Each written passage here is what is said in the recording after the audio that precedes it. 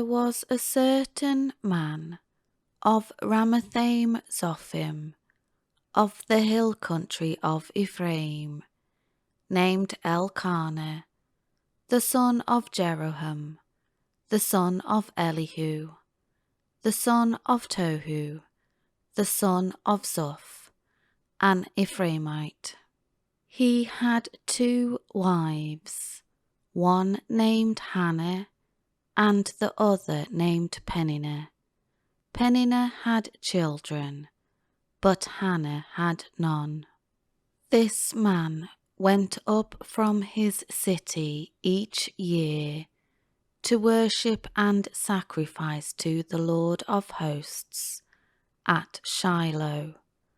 Hophni and Phinehas, the 2 sons of Eli, were priests to the Lord there. When the day came that Elkanah sacrificed, he would give portions of the sacrificial meat to Peninnah his wife, and all her sons and daughters. But to Hannah he would give a double portion, because he loved Hannah, but the Lord had given her no children.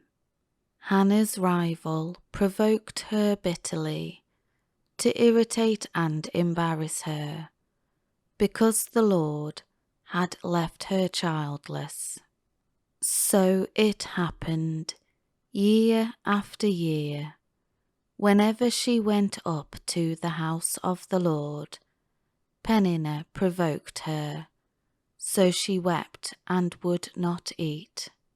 Then Elkanah her husband said to her, Hannah, why do you cry? And why do you not eat? Why are you so sad and discontent? Am I not better to you than 10 sons? So Hannah got up after eating and drinking in Shiloh. Now Eli the priest was sitting on his seat beside the doorpost of the temple, tabernacle of the Lord. Hannah was greatly distressed, and she prayed to the Lord and wept in anguish.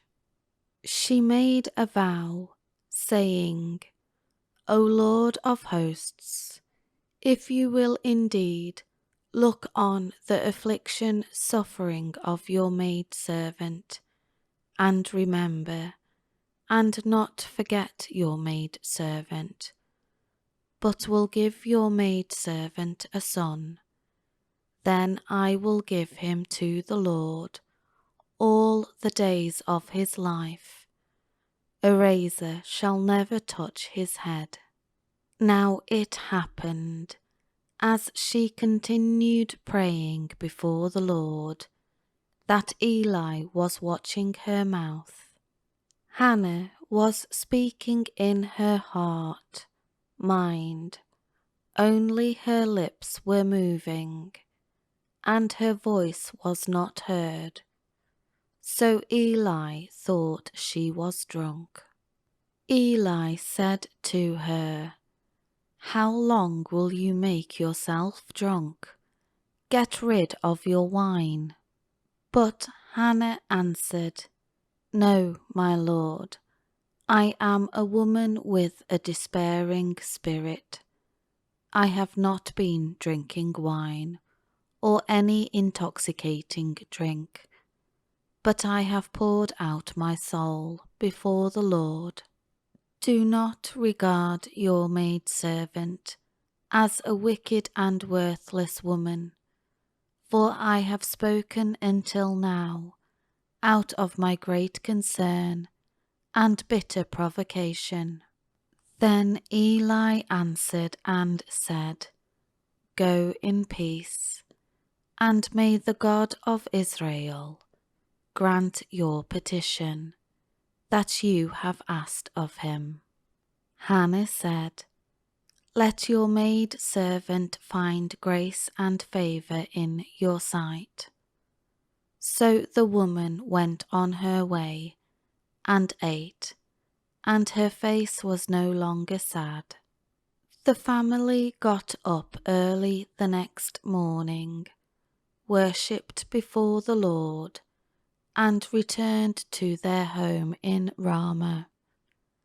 Elkanah knew Hannah his wife, and the Lord remembered her prayer. It came about in due time, after Hannah had conceived, that she gave birth to a son. She named him Samuel, saying, "Because I have asked for him from the Lord." Then the man Elkanah and all his household went up to offer to the Lord the yearly sacrifice and pay his vow.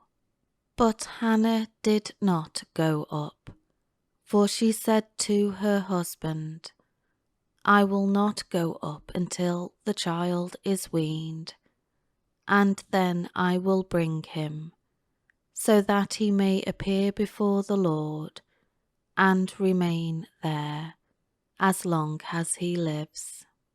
Elkanah, her husband, said to her, "Do what seems best to you.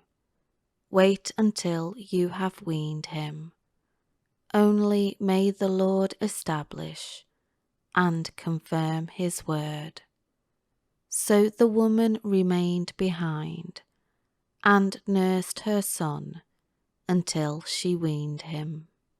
Now when she had weaned him, she took him up with her, along with a 3-year-old bull, an ephah of flour, and a leather bottle of wine, to pour over the burnt offering for a sweet fragrance.